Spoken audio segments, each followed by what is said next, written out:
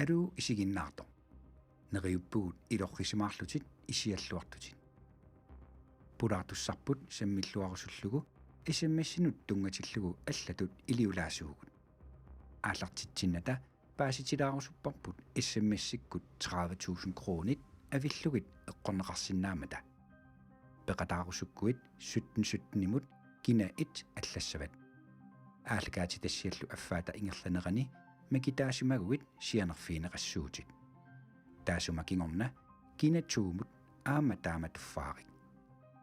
Eqqaamallugu tusas kontu immissagakku SMS ataaseq 12 kroneqarpoq qulingiluariaq SMS-sersinnaavutit. Tamatigullu 2 kronit meeqat inuusuttullu ataatimut peqatigiffiannut tassa børn og unge alliancennimut ingerlaqqittassoor. Taamaasillutit aama illit ajungitsuliornermut peqataasuutit. Piffissangorpoq aallartinnissatinnut. Isiginnaarluarina.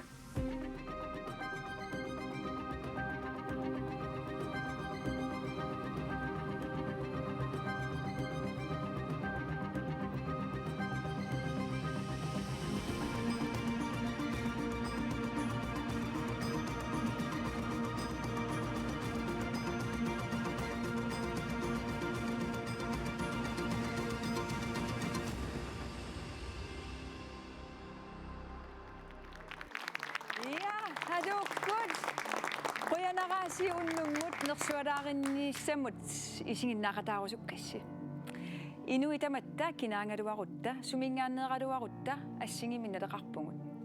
Unnummu angut islannimingaanneersoq ukiorpassuarni inuiaqatingiinni ikiortariaqartunut sunniuteqarluartoq kuuju Thorsteinsson quyaffiginiarlugu maangaqaaqquarput. Unnummut allatuliulaassuungu tassakuuju kalaallisu paasilaartarpoq unnulli inuttaanu pissarsiaqarferuni pissarsiaqarfiruniassammat toqqaannartumik koaneartuukkut nukamyularinnutserissaar taamaasillusi periarfissaqarpusi aallakaastassia kalaallisut isinginnaassallungu. Yes.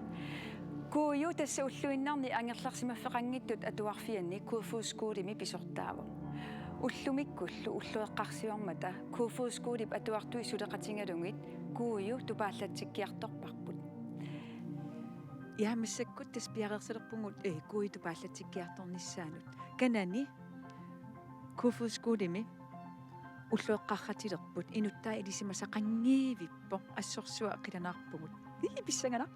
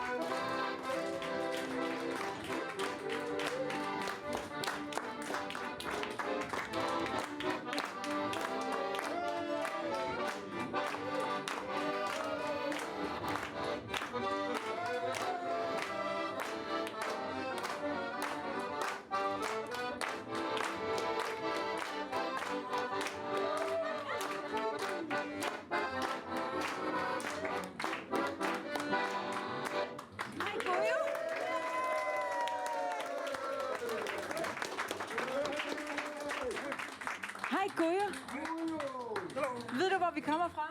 Ja, det tror jeg. Okay, ja. Vi kommer fra et program, der hedder Ginamita, som skal hylde nogle folk, som har gjort noget, og vi vil gerne hylde dig i aften. Ej. Jo. Ved du hvad? Du har gjort så meget for det grønlandske samfund, at det mærkes, og der er rigtig mange, der gerne vil takke dig. Så du er inviteret på tv i aften. Skal jeg have slips på? Du må gerne have slips på. Okay. Kommer du? Ja. Ja!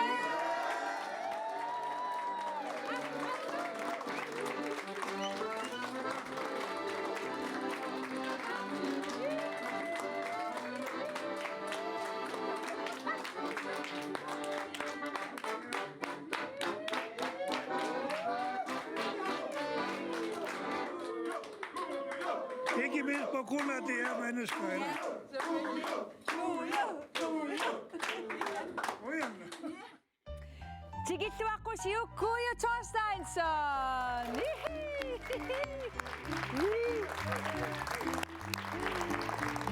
Velkommen.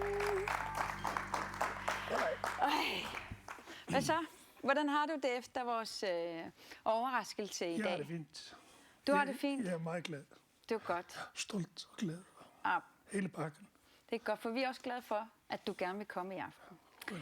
Gujo, du har boet i Grønland, altså du har været i Grønland i næsten 50 år. Ja, mere eller mindre. Mere eller mindre, ja. I hvert fald i 40 år har du boet her. Ja. I de år så har du haft stor effekt på mange mennesker.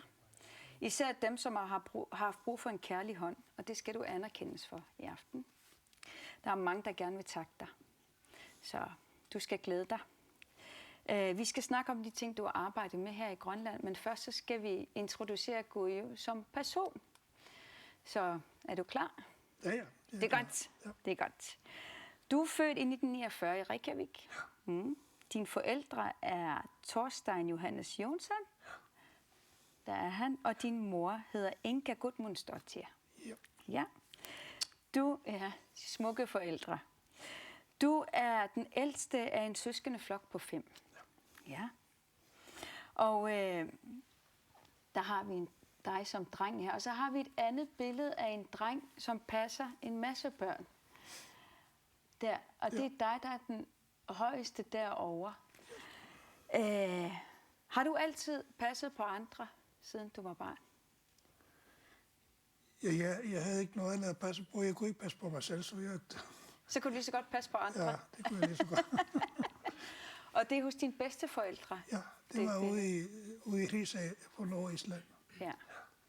Det hvor jeg bragte somrene. Ja. Jeg blev sendt derude, når jeg var små. Ja. Lille gut. Og så. Ja. Fra jeg var 5 år til jeg var 11-12 år, så hver sommer så blev jeg sendt Op. Og så var I en masse børn. masser. Ja. Du, vi har fået et billede af dig, af din bror. Gayert, altså det han hedder. Ja, der hvor I er små. Ja. I har et... hvordan vil du beskrive dit forhold til din bror? Det er ligesom tvillinger. Altså når vi var små, så var der selvfølgelig ligesom det skal være i børneflok. Vi skulle jo øve os med alt muligt, så vi kunne godt komme op og tortes, men vi bliver altid venner. I bliver altid venner? Det er min bedste ven. Ja. Allerbedste ven. Det er godt, fordi vi er nemlig kommet i kontakt med din bror. Og han vil gerne sende dig en hilsen. Og han snakker engelsk, sådan så vi også kan forstå. Ja. Men den kommer her. My name is Geir Thorsteinsson. I'm the younger brother of Mummi, Gujo, as you call him in Greenland. A little moment to tell you about our growing up. We grew up in a big house which my grandfather and grandmother owned, with their children and their children's children. So there was a big family around us when we were growing up, and it explains a lot about the way Gujo handles things now, today. Lot of love, lot of action, lots of children. As being the younger brother, of course I had a lot of competition, looking up to my brother, wanting to do everything that he was doing and doing it even better. But that was very hard. We used to swim a lot. He was a very, very good backstroke swimmer. I was the front swimmer. And so we were very tight all the time. When we became adults, 18, 19 years old, we went to Denmark. We worked there together. I watched him meet Bendo, his wife today.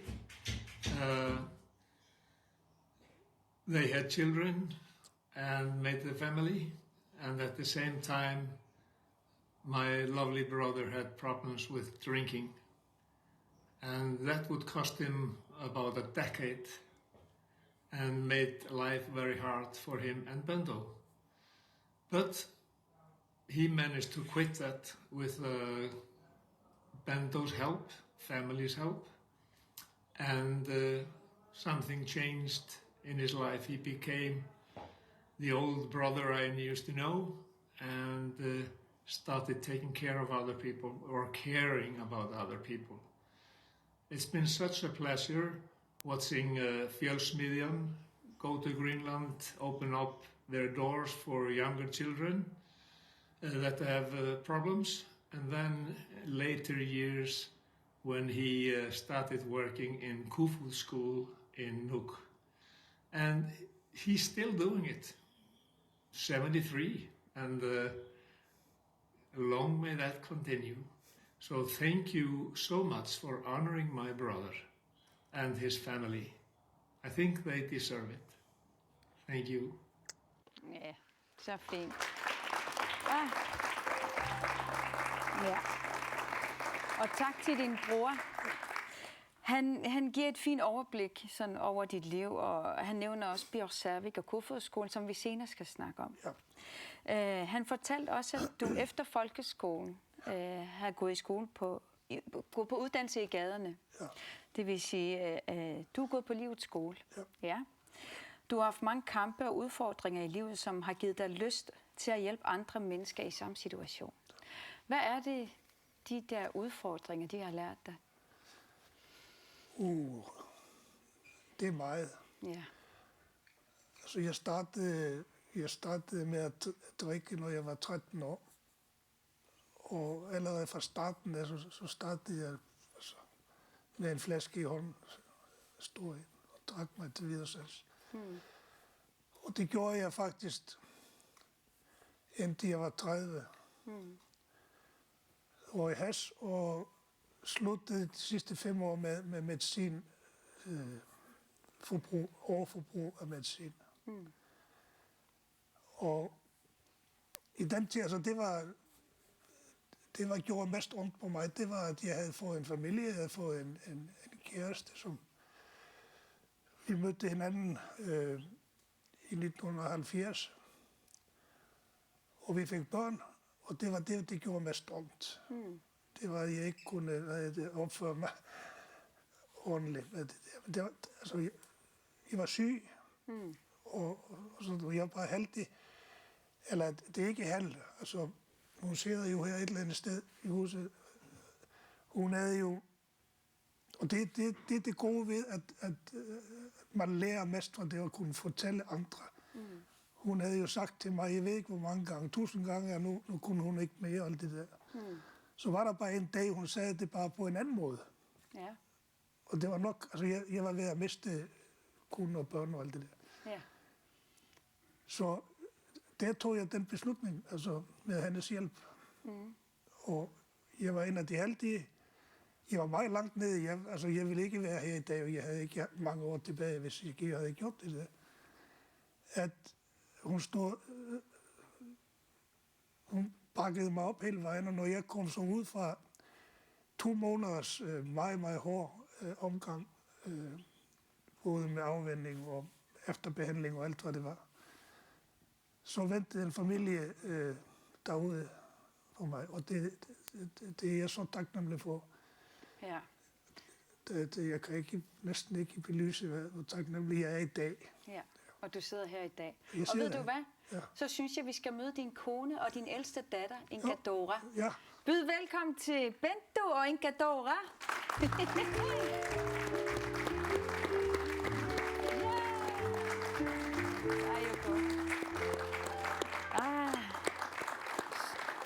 Damasha, din smukke kone og din ældste datter.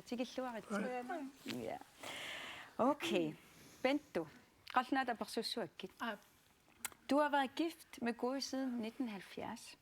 71. 71, det er rigtigt, det står der også her. Hvad var det, du faldt for hos Goyo?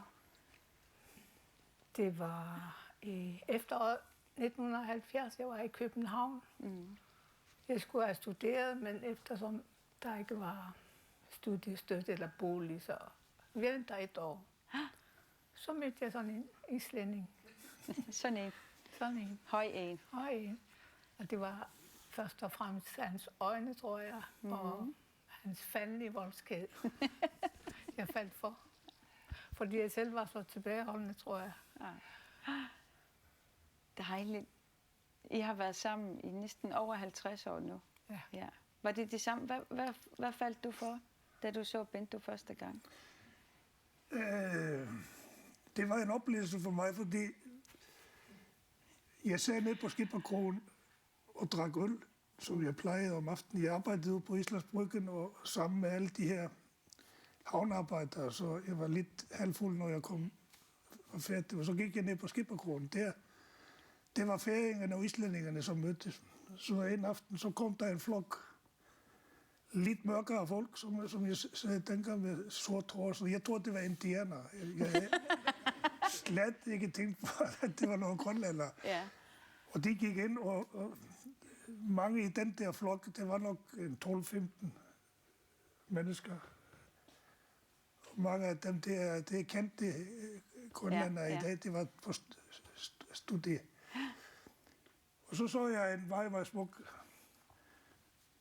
pige, som gik lidt længere ind i lokalet, og jeg blev ved med at kigge på hende. Og hun kiggede så tilbage, så der var sådan en øjenkontakt. Nej. Så gik hun ud, og så dengang hun gik forbi mig, så rørte hun sådan ved mig, og så gik hun. Så kom hun sgu tilbage. Så var jeg solgt. Nej, det var heldigt. Ja, der var ikke noget. Der var ikke noget, fordi I har jo fået 4 børn, ikke? Og vi har bare til billedet af alle jeres børn. Inkadora er ældst, Susan og Andreas og Kalumur. Ja. Og jeg har i hvert fald mindst 9 børnebørn, kunne jeg til, sådan cirka. Plus min. Ja. Ja.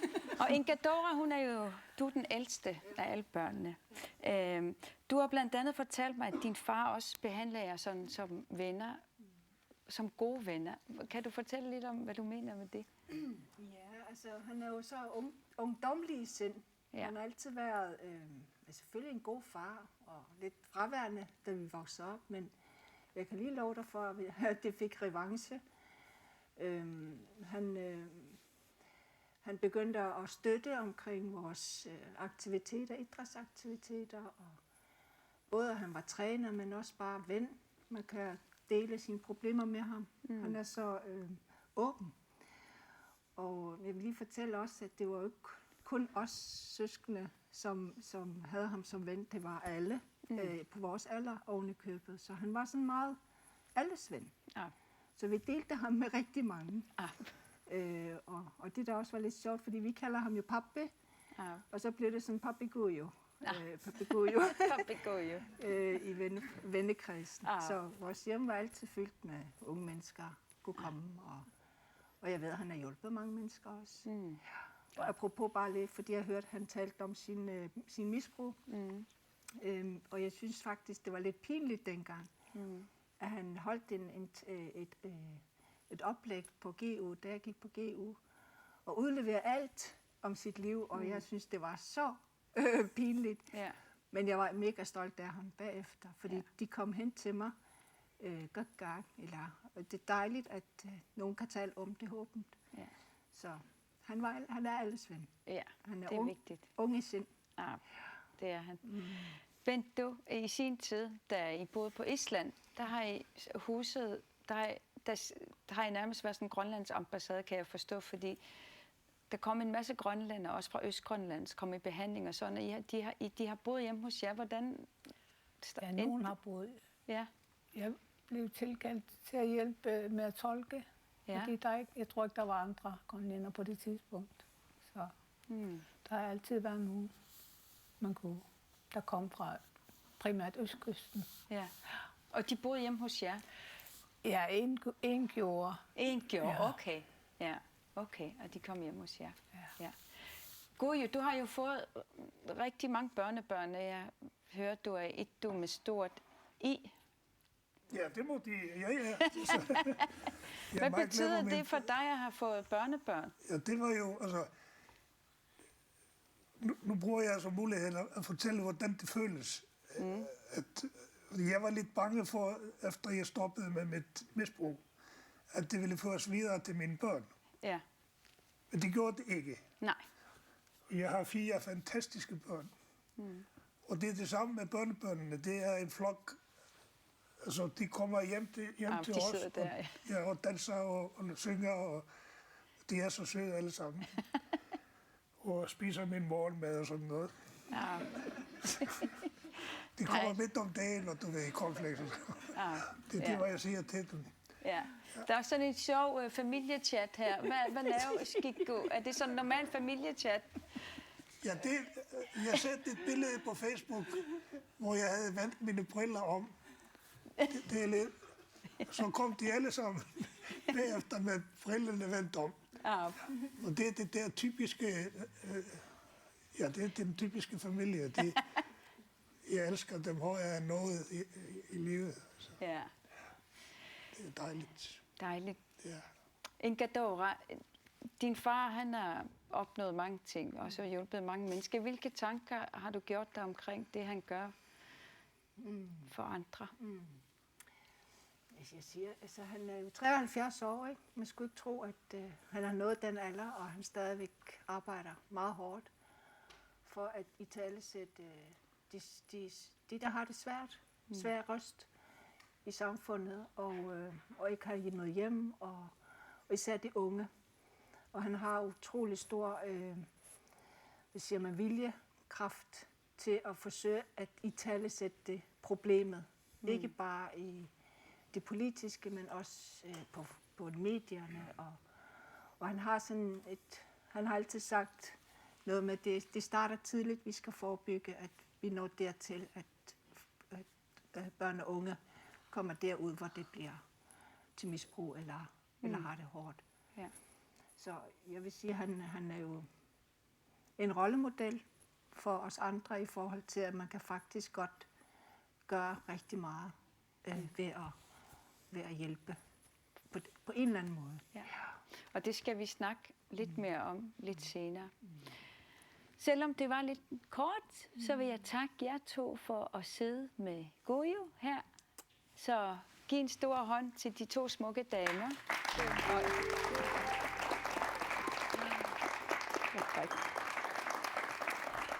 Ja, okay. Da Bento sagde lidt om Bjørsavik, eller unge mennesker, og vi skal snakke lidt om Bjørsavik nu. I 2009 så startede du Bjørsavik i Nuuk, og senere hen i Tasiilaq og i Paamiut.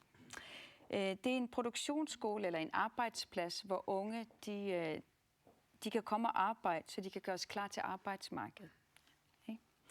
Og det er et koncept, du har fra Fjølsmeden, fra Island, hvor du også har arbejdet. Hvorfor har det været vigtigt for dig at starte sådan et projekt op, eller et hus op her i Nuuk for unge? Altså, hvis jeg bruger lidt fodboldsprog, så ligger det lige til højrebane. Jeg fik tilbudt, Bento hun tog til Island til at studere, og jeg manglede arbejde, og meget tidligt efter jeg kom, så en af mine venner, tidligere landstræner for det islandske landshold, han kom til mig og spurgte, om jeg ville arbejde sammen med ham med at åbne en produktionsskole i Reykjavik. Ja. Og forbilledet det af de danske produktionsskoler. Så jeg fik job der, og jeg var der den tid, vi var i Island.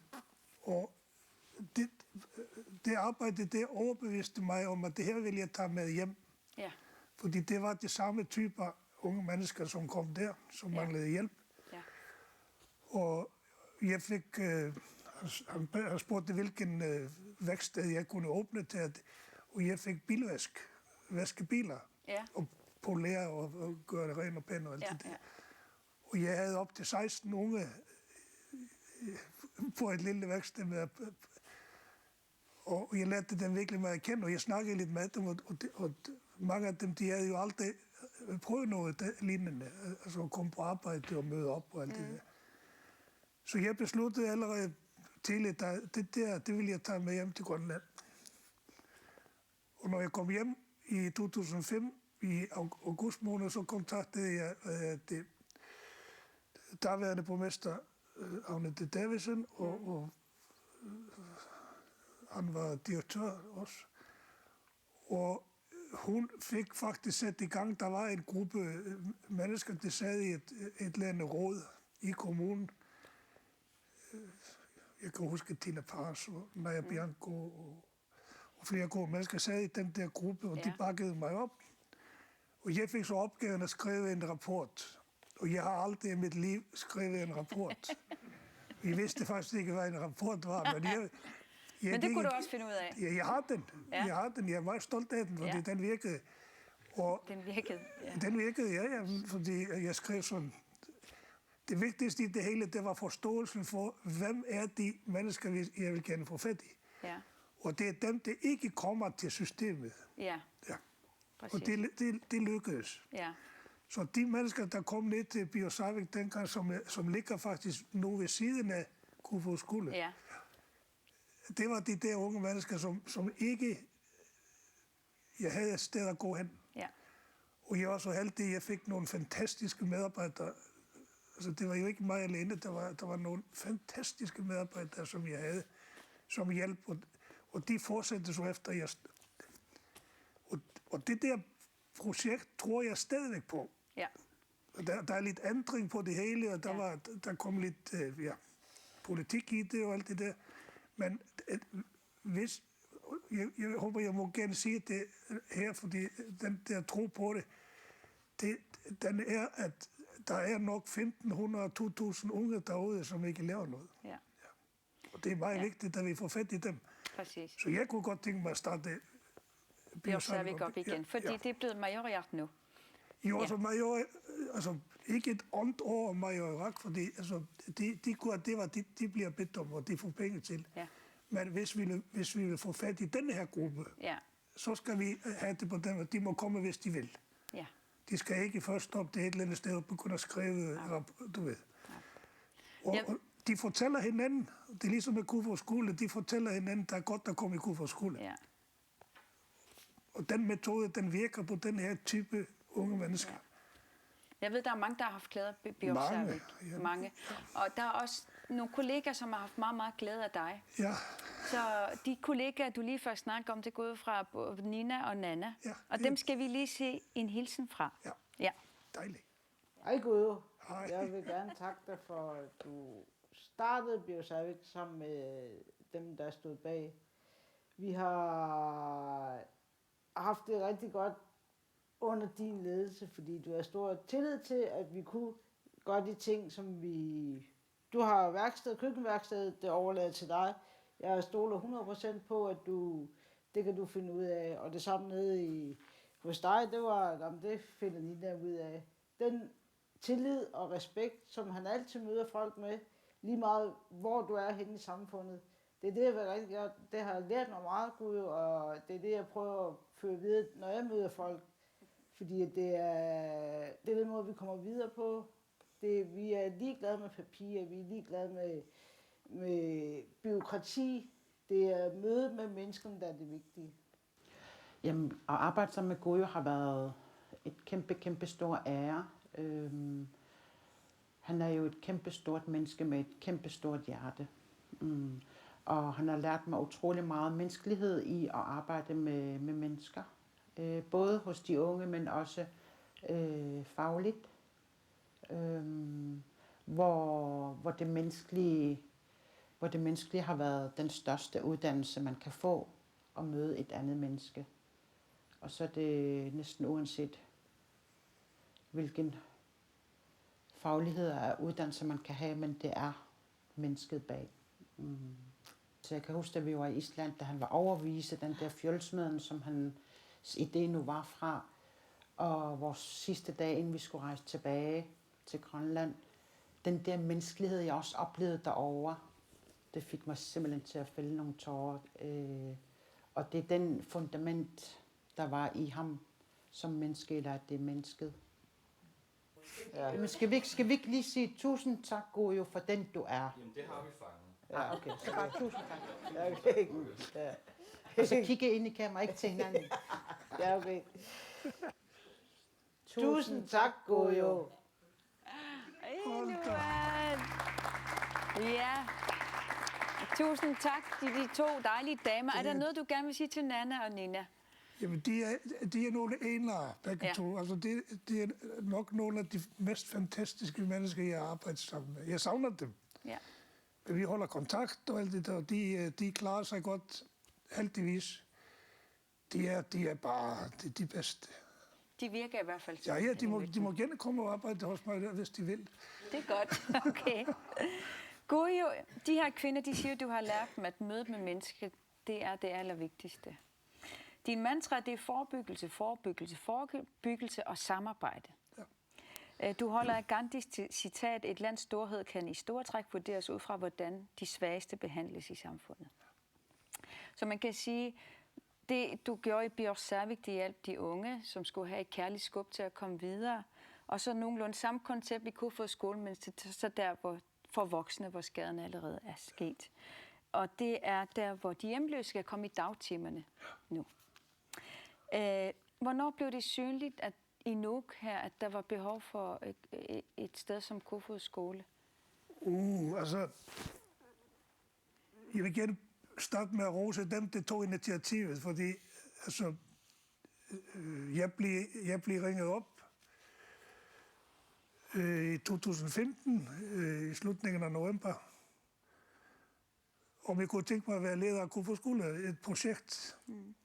Og efter jeg havde hørt, hvad det var, så sagde jeg ja. Startede faktisk om mandag, det var om fredagen eller torsdag, så startede jeg som leder, mødte dem, der var blevet ansat. Baggrunden for det, der var, at en anden leder, som havde været ansat, havde fået et tilbud, hun ikke kunne sige nej til, og sådan er livet jo. Ja. Og jeg var heldig at få det der job. Men det var jo, bagved det var jo Kofoeds skole i Danmark, fantastiske mennesker, jeg har arbejdet sammen med der, i den der projekttid. Et stor pose penge fra danske fonde til at etablere Kofoeds skole. Og så en ledelse op i kommunen med ASI, Kæmnes Narup i spidsen, som altså, hvis hun kigger på det her, så tak til hende, fordi altså, hun var sådan en leder, som jeg troede på. Og her blander jeg ikke politik eller noget, det er mennesket bagved det her. Og det hjalp mig i gang, for jeg troede på det, og de 3 år byggede vi Kofoeds skole op med midler fra de danske fonde. Det samme med nogle fantastiske medarbejdere, som jeg mødte bare den dag, jeg kom i huset. Jeg havde ikke mødt dem før. Ja. Og, altså, det var nok det. Altså, den der opbakning, som var fra kommunen med borgmesteren i spidsen. Og som også havde støttet mig virkelig meget i Bjorsavik. Det skal vi ikke glemme. Altså. Og det er ikke kun altså alle de borgmester, der har været der. Jeg tager det der, fordi det sidder jo øverst i hierarkiet, og de har bakket projekterne op. Det er godt, fordi mens du snakker om det, vi skal snakke meget mere om Kofoeds skole. Ja, okay. Vi skal lige se en hilsen fra Steven Arnfjord, som er sociolog og forsker i hjemløshed, før vi taler videre. Ja. Her kommer en varm hilsen til den store islænder. Et samfund skal jo måles på, hvordan vi behandler de nederste. Og når vi skal styrke velfærdssamfundet, så er det så nogen som dig, Gode, som vi har behov for. Din storhed, det handler ikke om din højde. Det handler om dine handlinger. Det er passionen for mennesker i pressede livssituationer. Det er tanken om, at i et ordentligt samfund, der skal vi behandle mennesker ordentligt. Og dit menneskesyn, det kommer til udtryk i handlinger. Det er måden, du driver Kofoeds skole på. Det er hånden på ryggen, når du går igennem et lokale. Det er skulderklappet, og det er altid venlige blik. Når vi to har samarbejdet, så kommer din storhed til udtryk ved princippet om, at de mennesker, som har behov for hjælp, de skal skulle have noget hjælp. Og de mennesker, som kan hjælpe, de skal hjælpe. Så man ved fælles indsats kan komme på fod igen. Og det har jeg jo hørt dig sige til journalister, borgmestre, forskere, naalakkersuisut. Og det er der noget stort i at holde fast ved de her principper, så man udlever det i praksis. Så tak for de samarbejder, vi har haft gennem tiden, Gojo. Varme hilsner herfra, Rujana. Tak til Steven. Ja, tak. Ja. Mange tak. Han siger blandt andet, at du har passion for at hjælpe mennesker i pressede situationer, og dit menneskesyn kommer til udtryk ved handlinger. Og dem, der skal hjælpes, og dem, der kan hjælpe, skal hjælpe. Hvordan kan vi også her i befolkningen i fællesskab hjælpe i en situation omkring de hjemløse? Ja, altså den mindste hjælp, altså hvis man ser mennesker, der mangler hjælp, at løfte en hjælpende hånd. Men det er det der med, at der skal jo forklares. Der er ikke alle som ved det. Det er derfor, det er så vigtigt, som vi gør her, for eksempel, at folk får informationer. Vi kan godt. Vi er et meget rigt samfund. Det kan vi jo sige, når vi kigger på alt, hvad der foregår i øjeblikket. Denne her gruppe ikke kun hjemløse, men socialt udsatte. Ja. Altså, Kofoeds skole er ikke kun hjemløse mennesker. Det er, ja. Jeg mødte en i dag, det kan jeg godt fortælle, fordi de kender ham alle sammen, en ældre herre, som er kommet ud af skolen. Han bor på alderdomshjem. Han kommer ned til os, gående med de der typiske skridt. Han var der i dag, og jeg var så glad for at se ham. Og det er vi alle sammen. Altså, han er velkommen, alle er velkommen til at komme. Ja. Men der mangler det der gnist ude i samfundet at forstå, altså, hvorfor mennesker havner i det her. Der er mange grunde til det. Ja. Og blandt andet det der med opløsning af familier, det sker jo alle steder. Men altså, her er vi så bundet til lejligheder, og hvis du mister din bolig, og du bliver skilt, og børnene bliver anbragt og alt det der, så kommer den der sociale arv. Og det er det, hvad vi ser meget af. Traumer.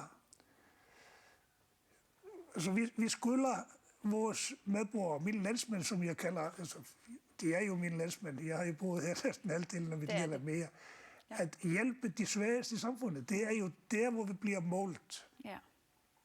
Der kommer masser af artikler, og vi skal snart flytte, og jeg har en kasse med rapporter og analyser og alt muligt andre ting. Så er det godt så nogen som dig, der skrider til handling og handler. Jo, ikke kun mig. Altså det er det der med, at hvis mange af de ting, som står i det der rapporter og analyser, kom til handling, så var de ikke der. Nej, det er klart. Det er jo det, altså. Jeg gør det her ikke alene. Jeg har en fantastisk god gruppe omkring mig i alle henseender. Mange politikere og alt det der. Sammen så tror jeg, vi kan. Altså hvis vi kan bygge en lufthavn, hvis jeg tager et eksempel. For eksempel, nu ser jeg, at den ud fra køkkenvinduet, det bliver større og større. Og den skal asfalteres. Og så skal banen være, du ved, det skal være godt. I livet er der sådan, at den asfaltering, selv for unge mennesker og børn og sådan noget, der er huller alle vegne. Så er det svært at lande. Det er svært at tage op. Ja. Så vi skal tage den der asfaltering som et eksempel på, hvis flyet skal lette og lande, så skal alle huller dækkes. Ja, så skal der være godt asfalteret. Det er godt. Det skal vi. Det har vi i mente. Ja, godt eksempel. Gode, vi skal snakke videre, men yes. Før vi skal videre nu, så skal vi lige høre noget musik. Så derfor skal jeg byde en skøn sangerinde ind, som hedder Marley Hermansen. Yes. Marley, hun skal synge en sang, som Ingemar Petersen har skrevet, der hedder Marvartumi, som han er dedikeret til Kofoeds skole. Ja, Inuk er ude at rejse. Derfor er det dejligt, vi har Marley. Ja. Så, og imens, så kan jeg lige sige, at den her sang, den kan høres på bandet Inuks sidste udgivelse. Ayor Sartidaso. Godt. Marley, glæder du? Yes. Det kan jeg.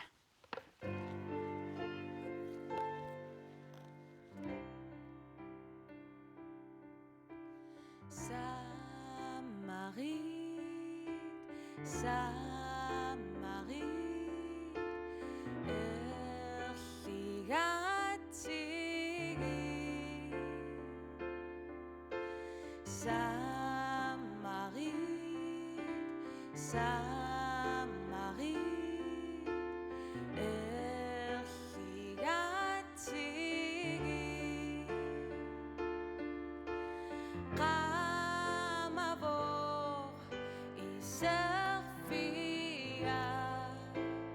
Mavartushuni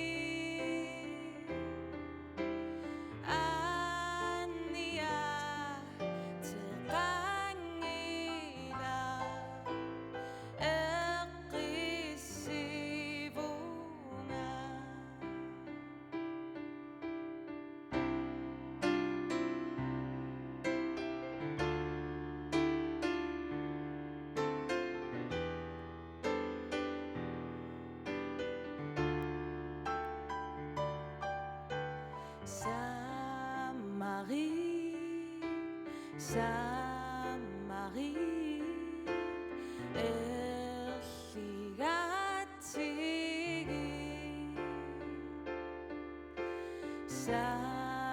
Samarit, Samarit, Elsigati,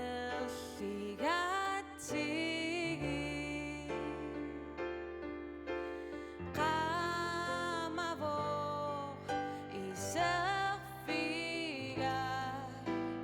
Mavartushuni,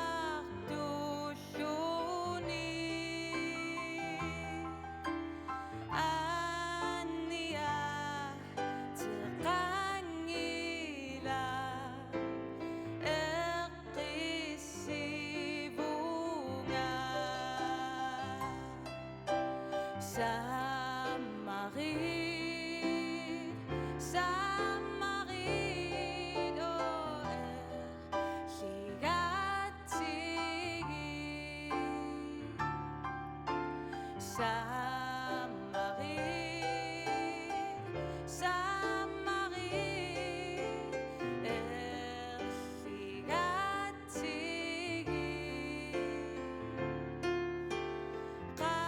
Kamavor, Isafia, Mavartushuni,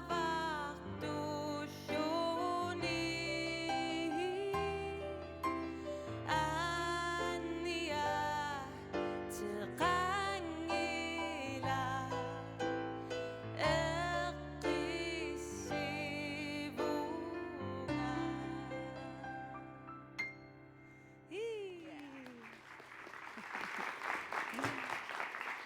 Du savner Marli. Tusind tak til Marli. En dejlig sang. Ja. Nu er det tid til at møde nogen nede fra Kofoeds skole. Vi skal nemlig møde din kollega Ida og din elev Antoinette Henriksen. Så tikkelluaqquneer singit Ida Kut Antoinette.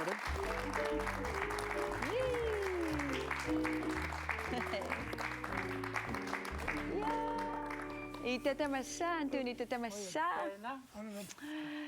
Dejligt. Røna hirsinnaangassi. Antoinette elkaraltis aberiranginnassuakkit ila. Ulluinern Kofoeds skole med at du isuuvutit. Qanor Kofoeds skole idinnut pingaarutiqartingiva. Tässä suriunnaarnikuulluni takan sumitamaani aniginnaani sumutamaang pulaaqattaaginnaa takanani ассассориорсиннаасарам соқутигисаккалу ааллуссиннаасарлу инуиллакорнаниссиннаасарлуга илуақутиеққаара. Der er det. Hvad betyder Gojo for dig i jeres hverdag dernede i Kofoeds skole? Tässä uatsinnu илассиортуартарлунилу акулерутиллаттаартуартарами нерсуалааранниттарлунилу нуаннеқутаасар. Dejligt. Ida, du er kollega med Gojo. Hvordan er det at arbejde sammen med Gojo? Han giver nogle respons til os med hensyn til vores arbejde inden for socialområdet. Ja. Så det betyder meget for os, at man føler sig forstået med hensyn til vores elever. Ja. Fordi vi skulle samarbejde med kommunen eller andre steder. Ja. Når det bliver svært, så er det betyder meget for os, at han støtter os. Ja. Ja. Gojo, der har for nylig været en optælling af hjemløse i 11 byer i Grønland, og pt. Er der 491 hjemløse, er hvad vi ved af, og hvor de fleste er i Nuuk. Og Naalakkersuisut, de har for nylig meldt ud, at i samarbejde med kommunen vil de lave et hjemløsecenter, som så tidligst er færdigt i 2024. Hvad vil det betyde med et hjemløsecenter for jer, eller er det, hvad er det største behov, eller hvad skal man sige? Jeg håber, jeg bliver forstået, og så jeg vil hellere få boliger. Så jeg må bruge lejligheden til at udtrykke mig på den måde. Ja. Det kommer til at koste mange penge, men altså, selvfølgelig er det udmærket, at der bliver tænkt på den måde. Men det er boliger, selvfølgelig. Ja, det er det alt, ja. Og det er svært endnu, når der er så meget i forvejen. Ja, jeg ved, altså, det er jo det der med, som jeg ikke fatter, hvor det der ser ud til at være mange penge til mange ting. Altså, der er mange slags muligheder i. Ja. Ja, der er mange boligformer, man kan, altså for eksempel i det andet eller tredje år i projektet, så var det sømandspræst nede på sømandshjemmet, som kom til mig og sagde, at han havde fået tilbudt til 26 containere til salg fra dem, der arbejdede ude ved den nye havn. Ja. Og vi tog så kontakt til vores ven, AC, og det blev så købt. Og det er muligheder at bo i container i perioder, altså i stedet for at bo i kolde container, så havde vi varme container. Og de står der stadigvæk, en del af dem. Der er bofællesskaber på en anden måde, altså du behøver ikke at bygge højhus eller et eller andet, der er mange boligformer. Og det kunne jeg tænke mig at blive lagt hovedvægten på. Altså mange mennesker, som kommer til Kofoeds skole, som jeg tror, der vil være en af dem, som sagtens kunne administrere et værelse eller en mindre bolig, hvis de fik den. Ja. Hvis ikke man får et sted at bo, så, altså, og det er det samme, altså, jeg kan bruge lejligheden her, altså formålet med Kofoeds skole er at hjælpe folk, der hjælper sig selv. Og det er vores grundprincip. Og der er mange, der går til behandling og alt det der, når de kommer ud, så er der ikke noget sted at bo. Så det mislykkes. Altså. Det må vi bare sige i øjnene. Ja. Men der er mange, der gør, hvad de kan. Men jeg synes, vi er lidt de samme spor, og vi var enige med, Steven Arnfjord, i det der med, at der er handling, der skal til. Præcis.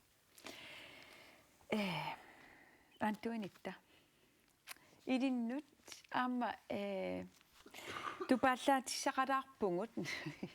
Gamma der tit illit että vingin ikuarput. Assimik tunisin ikuumut. Takussuat. Uku assimit ilisarivingit.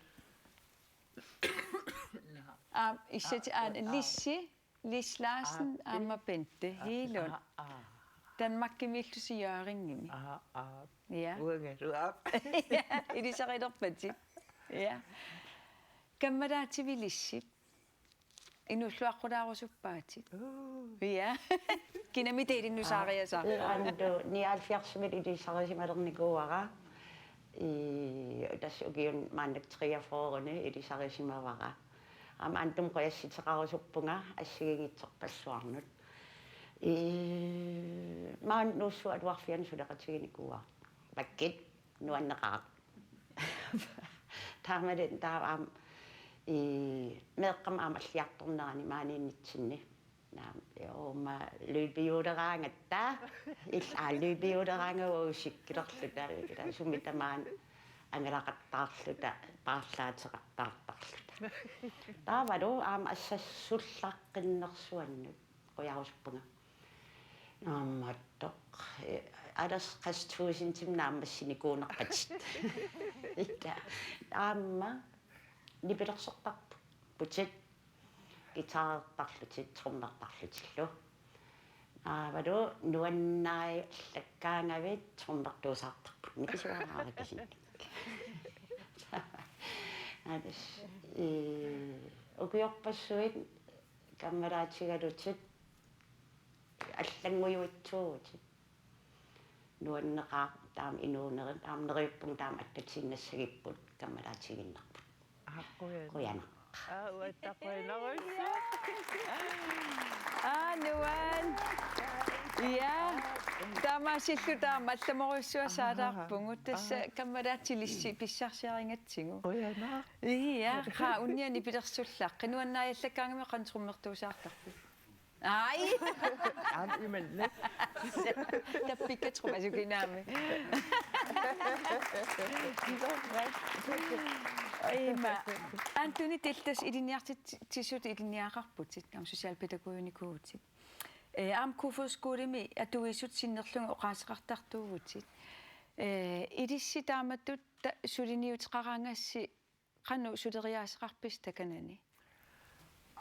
Assigiinnaajorpoq misumi pisum assigiinnaajorpu taakkisia amua ma isummertarnikka taakkua peqqutaanerusarput imatoqqaannartumik orariartortartuungi kaluarpa kisiani isumman anitsartuugama immaataanna ilaatigu atorluarneqartarpu ahamta nuannaarutisarpaa takanani atueqatittaamma tatigalugunga saaffiisarmanga oqaluttuuttarluga tunuliaqutiminnik uapersorneerpak imatornalluisoro tamaannitutimmeqaluila taamatut tatigalungi saaffiillattaartaraanganga nukissattusineqartutumisigisarpunga taasorla angerlarsimafeqangitsu qatikkaam angerlarsimafeqarallarapali takanagittaa ila kuaqqaniimut ilaat ilisaasimaareraluarlu qaniimut avatingisaaluit namminaam angerlarsimafeerullunga taa soorlu sila qaniimut amakku takusinnaanerulerlu misiisimasarpunga imatut taamat eqqarsaannernaga ila qaniimut misigisarparataanna. Dejligt. Ida, du er ikke kun kollega med Gojo, du har også haft ham som håndboldtræner i Qaqortoq. Hvordan er han at have som træner? Hvornår var det to? I de første 80'erne, ja. Da jeg var ung og smuk. Det er du stadig. Han har også arrangeret en Islands tur i 86, hvor vi var et hold, kvindehåndboldfodbold, kort 33, men der var det jo herren, også to hold herrer, hvor vi var i Island i 14 dage. Ja. Det var den år, hvor vi skal for første gang afholde Grønlandsmesterskab hos kvinder. Yes. Så det var en rigtig god tur i de 14 dage, hvor vi var til træning, og så træningskamp 4 gange, hvor vi tager forskellige steder og spiller fodbold. Så det var en dejlig tur. Ja. Specielt. Ja. Ja. Dejligt. Vi skal snakke lidt senere om håndbold. Ja. Ikke nu. Fodbold. Ikke nu. Vi gemmer det lidt til lidt senere, for det er også en anden ting. Ja. Han har også arrangeret det, hvor vi var også til træning i håndbold i 90'erne. Hvad siger du? I 90. Ja. Vi var i træningskamp i Island. Ja. Dejligt. Så du er en gammel K33-art. Yes. Okay. Antoinita illit kissaateqassangatuaruit kissaaterni annerpajussangaluarpa. Soorluqanu. Soorlu massakku atungarniila angerlarsmaffeqarnak suna pisariaqartinnerpaassangaluarpa. Тассуа наммини агерларсимаффеқарниссаат наммини оқаассақарфигисатник ила имату инисимасут иммақалуунни тассуа наммини атуаруйорсиннааффинник ассассорфигисиннаасинник ималун наммини соқутигисаккааллаафиалуи qasuerserusukkum imмақалуутсуурусуккум наммин агерларсимаффин исерсиннаал саллунгатаан кисаатигинерпаавара Nurippungaanguiumari. Qina. Idissi erinarsortarpusi. Vi har Kofod skole har jo sit helt eget kor, og jeg vil gerne bede dem om at rejse sig og komme op på scenen og gøre sig klar, fordi I skal også op og synge. Ja, så tusind tak til Antoinita og Ida for at sidde på sofaen. Takana rumukana rigtig. Ja. Dog ikke, fordi vi har jo vores egne kor, vi har hørt dem før, jeres eget kor, og de skal synge Nassisor, som Jonathan Motzfeldt har skrevet grønlandske tekster til. Imens de gør sig klar, har I en kommende koncert, som man kan komme og lytte til, eller? Ikke i kirken i år. Nej. Men altså vores repertoire, hvis man kan sige det på den måde, så nu kan vi gå ud og efter corona, covid, vi måtte jo ikke synge nogen steder. Ja. Nu skal vi ud i alderdomshjemmet og synge for de gamle. Dejligt. Ja, og de bliver meget glade, når vi kommer.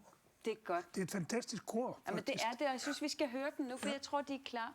Vi er ret busy. Yes, der kan den.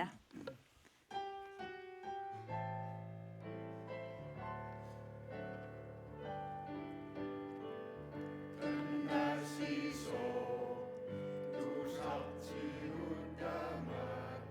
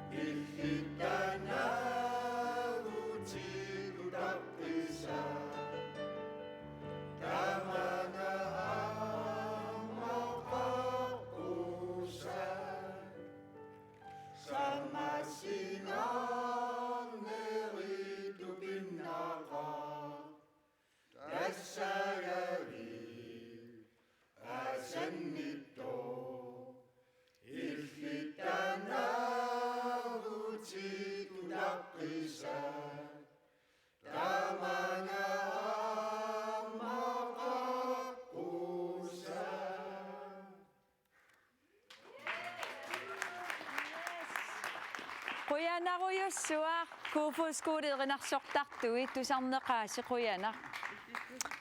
Dejligt. Smuk tekst. Nuan. Yes. Vi glæder os til at høre dem igen på et tidspunkt. Ja. Nå, okay. Nu skal vi snakke om noget andet. Fordi i 2019, der modtog dig og din kone Bento Falkeorden. Ja. Også kaldet den islandske falk af den islandske præsident, Gudni Jóhannesson. Og det var for jeres arbejde for at fremme det folkelige samarbejde mellem Island og Grønland blandt andet. Hvad betød det for dig at blive anerkendt af den islandske præsident? Det var selvfølgelig både en overraskelse og en fantastisk oplevelse, men jeg var mest stolt over, at min kone fik den også. Ja. Det gjorde mig utrolig stolt. Ja. Og det er jo fortjent. Altså det var Altså, det var en oplevelse for livet jo. Mm. Ja. Vi har fået fat i præsidenten simpelthen. Er det Han er nemlig også en stor fan af dig. Ja. Og så du får lige en hilsen fra ham og hans kone Eliza. Okay. Ja. Elsku besti Guðmundur, kære Guðjó. Tak for alt, som du har gjort for grønlandsk samfund. Og tak for alt, som du har gjort for Kofoeskolen. Og også for forholdet imellem Ísland og Grønland. Og også tak for alt, som du har gjort for grønlandsk handbold. Thank you for everything that you do and all of your important work. Koinak. Já, takk Guðjó. Takk fyrir allt sem þú ert að gera á Grænlandi, fyrir vini okkar í Grænlandi. Áfram Grænland og áfram Ísland. Koinak. Ja. Hvad siger du så? Er vi kærligt at være her i Ginamida? Ja, det er sgu dejligt. Er der noget, du gerne vil sige til ham?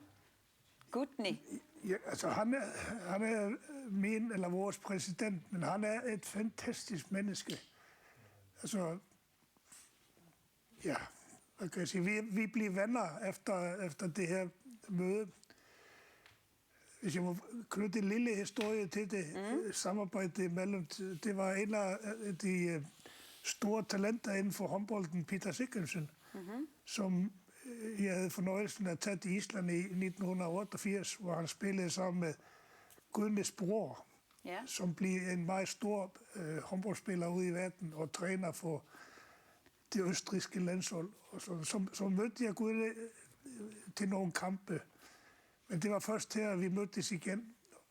Og nu har vi til vane, når Island spiller, så er vi på Messenger. Nå. Og så chatter vi. Ja.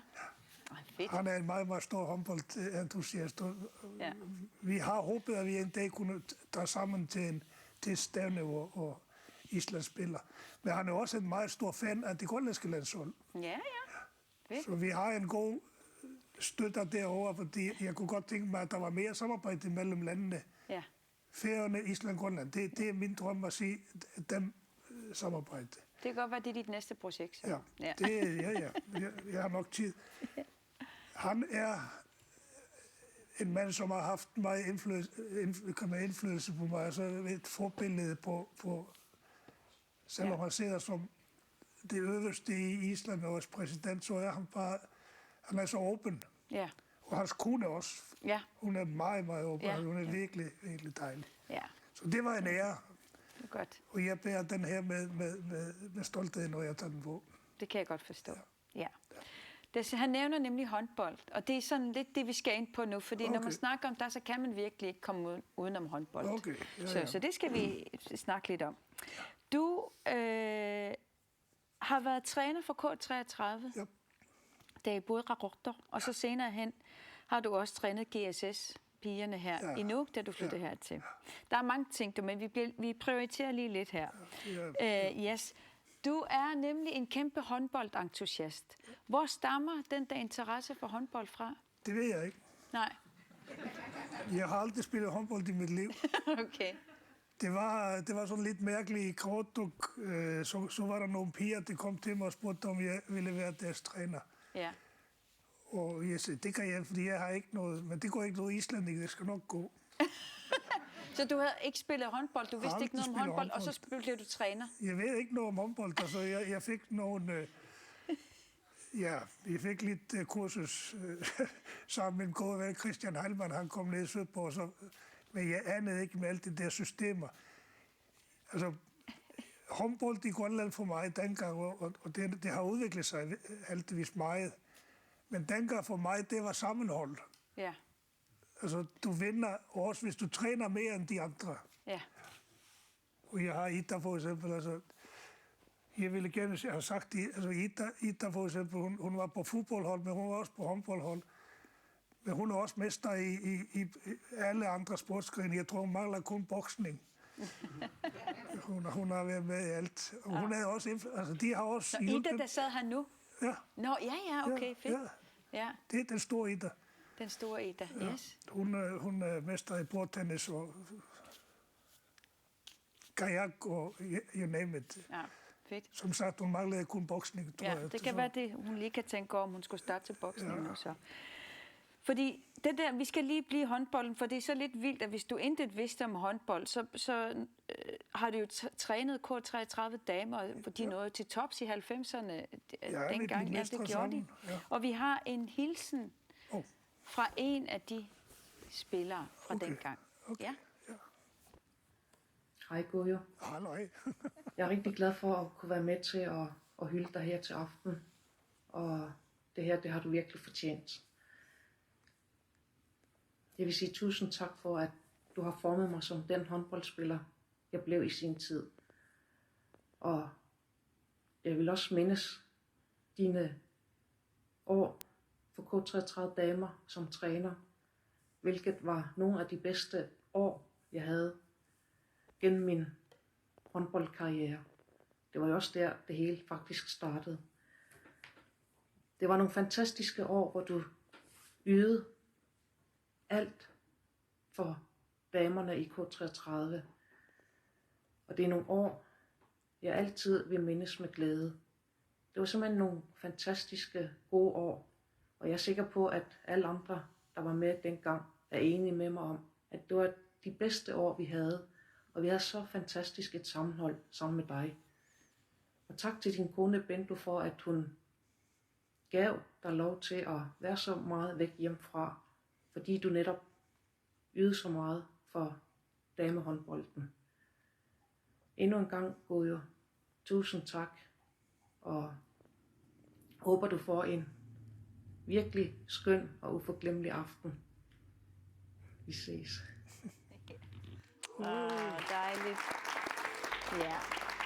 Og det er jo Karen Marie Kyd Frederiksen, som senere spillede professionelt i Randers HK og Viborg HK. Hun er en topspiller. Hvorfor har det været vigtigt for dig at yde så meget tid på damehåndboldstræning dengang?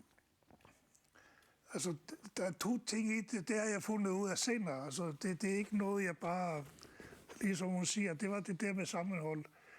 Altså, du kan lave alt muligt systemer og alt det der, hvis der ikke er sammenhold, så og det er ikke noget til træning. Og de der år med damerne nede i K3, det var nogle gode år, det var også nogle sjove år. Fordi jeg lavede meget vægt på, at folk mødte til træning. Altså, hvis ikke du møder til træning, så bliver du ikke til noget. Altså, det er sådan, det er. Så jeg fortalte dem, at jeg havde en bog, hvor jeg skrev ned alle de undskyldninger, de kom med. Ja. Det var en meget berømt, det var nogle af dem citerede her. Det er en meget berømt bog, fordi de undskyldninger, når de var løbet tør for undskyldninger, så sagde de det mærkeligste ting. Nå, hvor smart. Ja, det var smart. Så var det sådan, blev det underholdende, og så turde de ikke at komme for sent, eller hvad? Jamen altså, det var ikke, de fik ikke task eller noget, men altså det der verbale. Ja. Jeg kunne ikke komme i går, fordi min tantes datters, et eller andet, oppe i Umanak, og vi spiste lammekød. Og det gik ikke løgn. Altså, når de manglede det der undskyldninger, så kom det der mærkeligste udtryk. Okay. Så du har været god til, at det sammenhold har gjort så, at de så... Ja, altså, de har også hjulpet mig den vej, for det er ikke kun spillerne, det er også træneren. Ja. Og der skabes det der sammenhold. Ja. Ligesom Kamarie siger. Ja. Du har også været holdleder for herrelandsholdet på deres første VM-tur i 2001. Ja. Hvad betød det for dig, at Grønland for første gang deltog i VM? Altså, det var selvfølgelig... Altså, vi forberedte os i mange år til den der tur til Frankrig. Og den oplevelse for mig at stå ude på ude ved bænken og se mine spillere ude på banen og den grønlandske nationalmelodi. Altså, jeg faldt en tur, jeg græd simpelthen af stolthed, at de nåede så langt. Og mange af dem, de er jo top idrætsfolk. Men den tur var meget speciel, fordi det var første gang. Ja, det var nemlig første gang. Og det var et meget, meget sammenpakket hold af dygtige håndboldspillere. Og meget, meget stort sammenhold. Ja. Så det var en oplevelse for livet. Ja.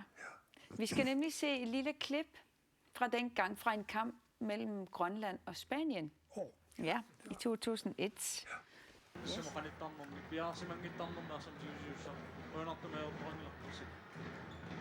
Peter Sikkelsen, Carsten Olsen, Jakob Larsen, Spanien-Mjøt. Ja, kanalstit, Sjøsjøsjøsik i sortit til Bødt. Hans-Peter Morsfeldt, kanalstit anføret i sortit til Minut til at der er sortit gundsigt. 3 ting og så kanalstit sporene med Gadatimik Sjøer Bødt. Så kom lidt ind i stemningen. Ja. Fedt. Så blev vi nemlig lige skruet 20 år tilbage. Her der tog vi anføreren, Hans-Peter Morsfeldt. Ja. Kyd. Du har i sin tid hjulpet de første grønlandske håndboldspillere at komme professionelt ind i håndbold. Ja. Blandt andet Peter Sikkensen, som du nævnte, med Karen Marie og HP. Ja. Med din hjælp så startede HP på Island. Ja. Og så senere tog han til Østrig, hvor han spillede professionelt. Hvad var det HP, han kunne? Altså, hvis jeg tager den der begejstring fra ham som håndboldspiller, så jeg ham ude på gaden i Karotte og hoppe op og lave alt muligt, du ved, uden bold. Ja.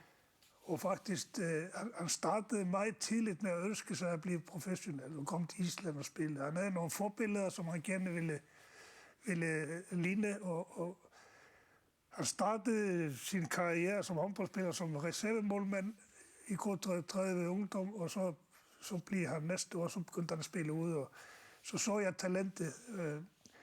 Og han blev ved med at sige til mig, at han gerne ville til Island. Mm. Så jeg fik lavet en slags aftale med hans forældre, og jeg adopterede ham. Ja, okay. Ja, altså han blev ved. Han kom og sad sammen med mig og kiggede videoer af det islandske landshold. Og han ville gerne være som ham der. Og det der. Dengang så var han 15, han var i første GU, tror jeg. Mm. Ja, første GU. Ja. Og hvilke forhold har du med HP i dag? Altså, vi er bedste venner, så det er jeg. Vi snakker jævnligt sammen, og jeg holder øje med ham stadigvæk. Han er en lille bandit. Er han det? Ja, så på en god måde. Altså, han er virkelig... Altså, vi går hinanden glade, og sådan er det. Mm. Så jeg holder virkelig meget af HP. Vi lavede, altså, til at bare lille krølle på det her, så lavede vi en aftale. Ja.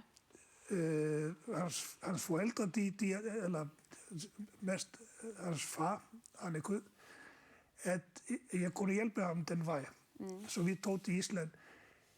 Når han så tog derover, altså når han kom ind i den der hal, hvor han skulle træne, så blev vi bedt om at vente, og vi satte os på en bænk og ventede, og så kom der en kæmpe stor mand.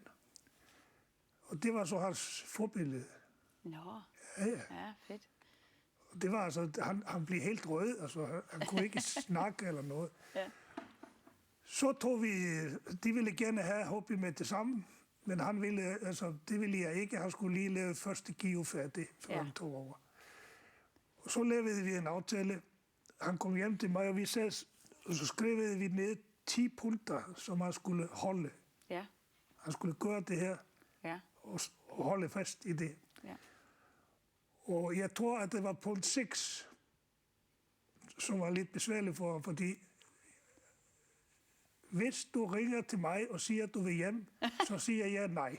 Okay. Ja. Og det skete. Det skete? Ja, han ville hjem. Altså, det er jo ikke noget nyt, at folk savner mor og far og alt det der. Ja. Så jeg sagde nej. Jamen, jeg siger nej. Det bliver vi enige om. Ja.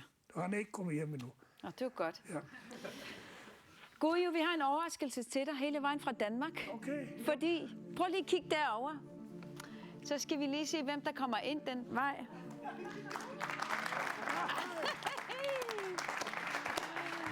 Der kommer HP himself. Love you. I love you.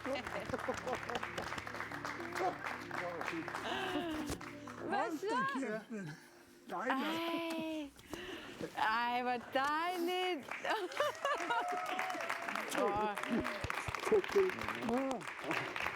Det er godt at se dig. Ja. Du får lige sådan en. Tak. Dejlig gensyn. Ja. Dejligt. Det var en positiv overraskelse. Var det ikke en positiv overraskelse? Det Ja. er dejligt, fordi vi har spurgt rundt omkring, hvem du vil blive glad for at se. Det var HP. Ja. Og tak, fordi du kom. Selvfølgelig. Er du kommet her, eller tak. Ja, det er takket være noget støtte, hist og pist, og noget familie, der har nogle mennesker, så det er jo blevet muligt. Ja. Dejligt. HP, velkommen på sofaen her. Jo, tak. Gujo, han har jo betydet rigtig meget for dig. Kan du sætte nogle ord på det, hvad han har gjort for dig? Jo, hvor skal jeg starte? Altså, der har allerede været så mange fine ord, som er blevet beskrevet af, hvad Gujo er for en person. Men Gujo frem for alt, han har altid været visionær. Han har været en eller anden form for en entreprenør for, jeg skulle til at sige, for samfundet lige meget, hvor han er henne, så har han altid nogle idéer. Og specielt, som han selv sagde og nævnte her før, at hvor andre ser nogle begrænsninger, så ser Gujo muligheder. Og det har han jo været med til at skabe her for rigtig, rigtig mange mennesker, og specielt her i Nuuk. Og det er jeg jo enormt glad for. Ja. Og så har han jo ikke, og så frem for alt et kæmpe hjerte. Altså det hjerte, det kan ikke, jeg skulle til at sige, det bliver aldrig fyldt. Altså han har så meget kærlighed at give af. Ja. Og det er lige meget, hvem han møder, altså om det er, jeg skulle til at sige præsidenten, eller om det er en nede fra, ja, det er lige meget, så har han altså så meget kærlighed. For jeg skulle sige, kærlighed, det er lige med Gujo. Ja. Og Gujo er lige med kærlighed, det er... Wow. Gujo, hvad så? Har du noget at sige? Hvad skal jeg sige? Til din Det var gode jo ven der, som meget, sidder... meget stor positiv overraskelse at se HP igen. Ja. Jeg holder selvfølgelig øje med gutten, som jeg sagde. Det var en oplevelse, at det hele... Altså, hans karriere... Altså, jeg troede på HP, og det skete. Altså, de 3 år, han havde i Island, han udviklede sig, og han var virkelig dygtig. Og så tog til Østrig, og så til Tyskland, og så til Sverige, og så faktisk spillede han den der klub, som du spillede fra 3. division op. Ikke i København. Ja, ikke i København, altså, som var en af de største klubber i verden. Og det var ikke mindst takket HP, fordi han kørte det her hold fra 3. division. Det var det i slutningen af karrieren. Så der er ikke noget andet end stolthed over det. Men vi har oplevet mange ting sammen, og jeg kan huske, når vi fløj hjem fra Island, så var vi 2 i flyveren. Ja. Og flyveren, det var Citation Jet, altså som de har i... De store. De store. Ja. Som privatjet. Der var, hold da kæft. Ja, og vi var kun 2 ja. og fløj hjem, og det var dengang han skulle være... Så tænkte jeg, så skulle jeg være professionel. Ja.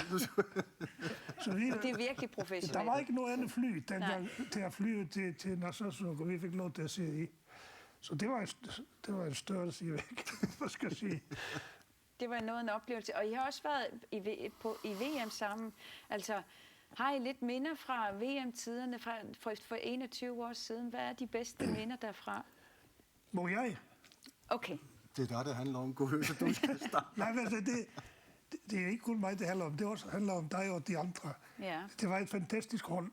Og det var sådan jævnaldrende alle sammen. Og de var stærke, det var fysisk, og de gav aldrig op. Og jeg husker, at de hold, der var med i den pulje, det var Spanien, Sydkorea, Kroatien, Tyskland og USA. Så det er de stærkeste hold i verden, undtagen USA. Den vandt vi selvfølgelig. Den store djævel. Ja. Vi vandt dem. Som det første hold. Men de 3 første kampe, de spillede, så drillede de faktisk de store hold. Ja. Jeg kan huske, hvor stolt jeg var af dem. Spanien for eksempel. Ja. Der stod 7-7 og så 10-10 og alt det der. De kiggede over til os, hvad fanden er det for noget hold der? De giver aldrig op. Ja. Så stolt, altså, det var starten på det grønlandske landshold. Ja. Det var virkelig stolt. Så vandt vi amerikanerne de sidste kamp, og der var 3.000 franskmænd, som holdt med os. Der var helt vildt i hallen. Nå, hold da kæft. Ja. Nej, jeg bliver ved med at bande, det må jeg undskylde. Hvad med dig, KP? Hvordan føles det som ikke der er det jo slået at komme og spille sådan en VM-kamp? Det var en drøm, der går i opfyldelse. Det var jo en barndomsdrøm, ligesom som Gud jo sagde. Jeg drømte om at blive, jeg skulle til at sige, hvis jeg fik lov til at blive professionel, så var det at spille for landsholdet og komme til VM selvfølgelig. Og som det at stå og synge nationalsangen, det er, jeg så det faktisk, jeg sagde det i dag, for første gang i, jeg tror snart 20 år, der så jeg faktisk den kamp igen mod lige præcis Spanien. Og så selvfølgelig også vores åbningskamp mod, nu kan jeg ikke engang huske, hvem det var, fordi jeg får gulligysninger bare, jeg snakker om det. Og det var bare, det var en drøm, og jeg drømte mig simpelthen tilbage til den kamp igen, hvor vi var lidt yngre, end vi er i dag. En lille smule. Ja. Dejligt. Ved I hvad, I får masser af tid senere i aften. Ja. Fordi faktisk så er aftenen allerede ved at være slut. Ja. God jo. Ja. Hvordan har det været at blive overdynget med taksigelser og blive hyldet på den måde? Altså, jeg tænkte, det er en oplevelse at høre sådan om sig selv. Ja. Så hvordan tager man det ind? Det behøver du heller ikke, men Nej. det går et par dage. Ja, det går, jeg får chok. Ja. men altså, det der, altså, det er et privilegium. Det må man ikke glemme. For eksempel i Grønland, som er faktisk mit hjem i dag, de har mødt alle de her forskellige mennesker. Håndbold med fodbold, Biosarvik, det er...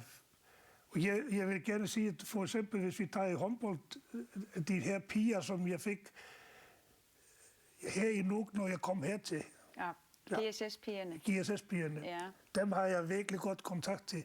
Og det altså på en eller anden måde, alle pigerne på det hold, de klarer sig i dag. Ja. Jeg er så stolt af dem. Altså, de er jo alle vegne. Nu sidder jeg inde i en, og altså, de er over det hele, og de er... Ja. Det var godt, du fik dem med, fordi dem nåede vi ikke at få med, for vi skulle nå alt. Ja, men så dejligt, du nåede at få en hilsen til dem. Og tusind tak, fordi du vil komme. Jamen tak for, at jeg måtte komme. Det er jeg meget, meget glad for. Yes. Ja. Badania Siukoyo. Okay. Altså, det er selvfølgelig ikke slut endnu, fordi der er ikke noget som en landskamp, der samler folk. Og nu skal vi have nogen op på scenen, fordi vi skal høre Miley igen. Miley og Anders Øgaard og Martin Kemnitz og René Brandt skal op og synge Galatli Nunat Billogo sammen med nogle af de drenge fra holdet dengang, VM-drengene. Og HPN skal også op på scenen. Så mens de gør sig klar, så tusind tak, fordi du kom. Yes. Og der var uanga med Segut, ja. Qoyana royrusuar idis isinginnaartut isinginnaarassi SMS-erni kunut kinamita 15.000 kroner nappa siuller Thomas Alaufesen at dommer billuar i 15.000 kroner napputit amma Ruth Motsfeldt man i tommer amma illit 15.000 kroner nakku billuarit idis 2 kroner mikki ta pesut ayungitsuliornam qoyana royrusuar Tässä mä se gut kina mitä allakaatisia pingasuinnangor pumaangaannit ilisaratitineri marlukingulli taavat nakkatarnersiussuungut allatulaar Qoinaruissu isinginnaarassi sulinaammassingitangut ukua angutit piareerput kadaallinunaat pillungu maali og VM akuyu takanna